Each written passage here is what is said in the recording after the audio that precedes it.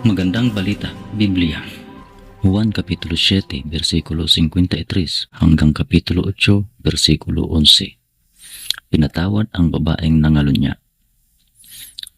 Pagkatapos nito, umuwi na ang lahat. Si Jesus naman ay pumunta sa bundok ng mga olibo. Kinabukasan, maaga pa'y nagbalik na siya sa templo. Lumapit sa kanya ang lahat ng mga tao.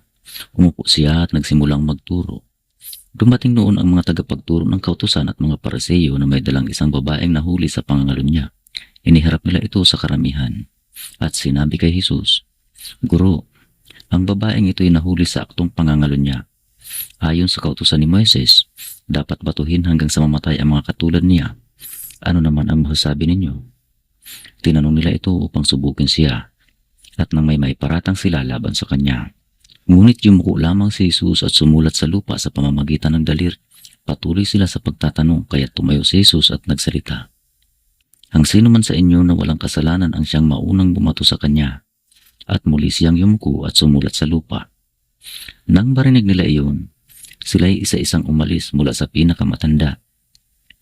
Iniwan nila ang babaeng nakatayo sa harap ni Jesus. Tumayo si Jesus at tinanong ang babae, "Nasaan sila? Wala na bang humahatol sa iyo?" "Wala na po, Ginoo," sagot ng babae. Sinabi ni Jesus, "Hindi rin kita hahatulan. Umuwi ka na at mula ngayon ay huwag ka nang gumawa ng kasalanan." Susunod, Juan Kapitulo 8, versikulo 12 hanggang 20.